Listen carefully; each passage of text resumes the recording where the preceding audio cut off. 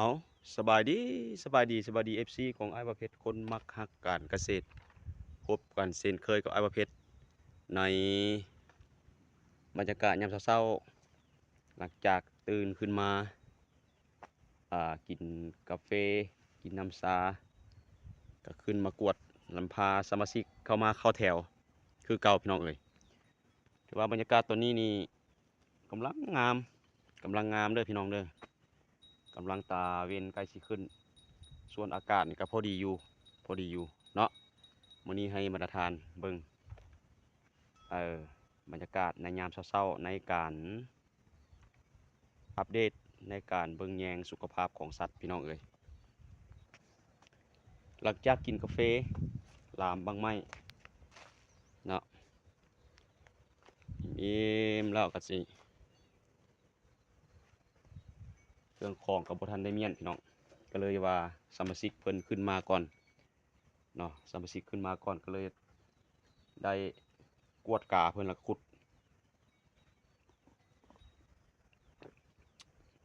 ขุดมันให้เพิ่นกินคือเก่าเนาะ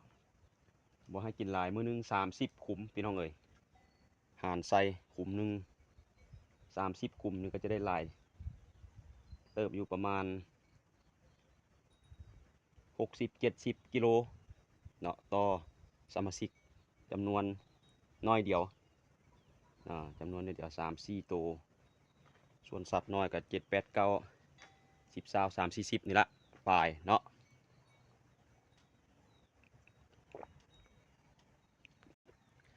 หลังจากขุดมันแล้วบางหัวก็ใหญ่เกินพี่น้องบางหัวก็ใหญ่เกินกินยากก็เลยว่าสิได้ซับให้มันกินอีกเนาะอันนี้แม่นผลดีในการลุกแต่เศร้าๆพี่น้องเอ้ยเนาะลุกแต่เศร้าๆก็ได้เวียกหลายแนว7ระบอบ18เวียกเนาะที่ได้เฮียนมาก็ยังได้เอามาใส่อยู่พี่น้อง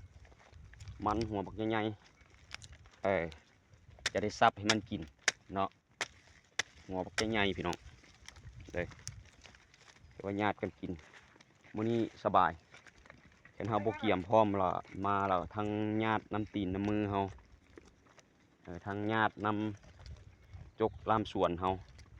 ใจเพิ่นจะขุดกินพุ่นแหละเนาะแต่ว่ามาแล้วเฮากะเกี่ยมไว้แล้วก็เพิ่นมาก็แยกย้ายกันไปกินนะอันนี้เป็นวิธีการวางแผนบางตัวก็กินมันจะเฮ็ดให้สัตว์เฮาบ่ซนกันญาติอาหารกันเนาะถ้ามันหากมันซนมันหยังกันละเฮ็ดให้บางตัวนี่ท้องนี่อาจจะแท้งก็ได้พี่น้องเอ้ยเนาะอันนี้สมาชิกเอ่อบางตัวก็กินดีเนาะฟันบางๆแล้วบางตัวก็กินเนาะ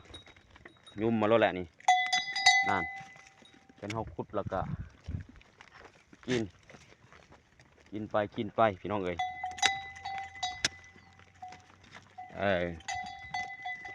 อันนี้ก็กินดีเนาะเด็กกินเป็นหัวเลยซ้ำที่ย่ำได้ที่นี่กันนะย่ำได้เขาก็ให้มันกินไปตัวใดมันบ่ได้เขาก็ได้ตัดอันนี้มันมาผลของการเบิ่งแยงอันนี้ก็กินคือกันแข็งแห้งละอันนี้ตอนนั้นย่างบ่ได้ปัวมาที่ว่าแข็งแห้งแล้วเริ่มกินมันแล้วล่ะเนาะอันนี้บรรยากาศเนาะสำหรับไอ้ประเภทกิจกรรมยามเช้าๆก่อนจะไปทำงานเฮ็ดเวียก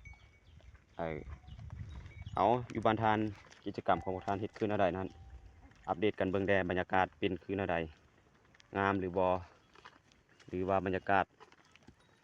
เย็นสบายหรือบอเนาะสำหรับไอ้ประเภทแล้วถือว่าวันนี้เย็นดีพี่น้องเอ๋ยเย็นดีเนาะบรรยากาศพอดีอยู่เอาวันนี้เอาสำนีสกรมาตรฐานเนาะโอ้ยใส่ให้พรพวกท่านจงมีสุขภาพแข็งแรง สู้กับเบียกกับงานเด้อพี่น้องเด้อสำหรับมื้อนี้ลาทานไปด้วยธรรมชาติงามๆเนาะสบายดี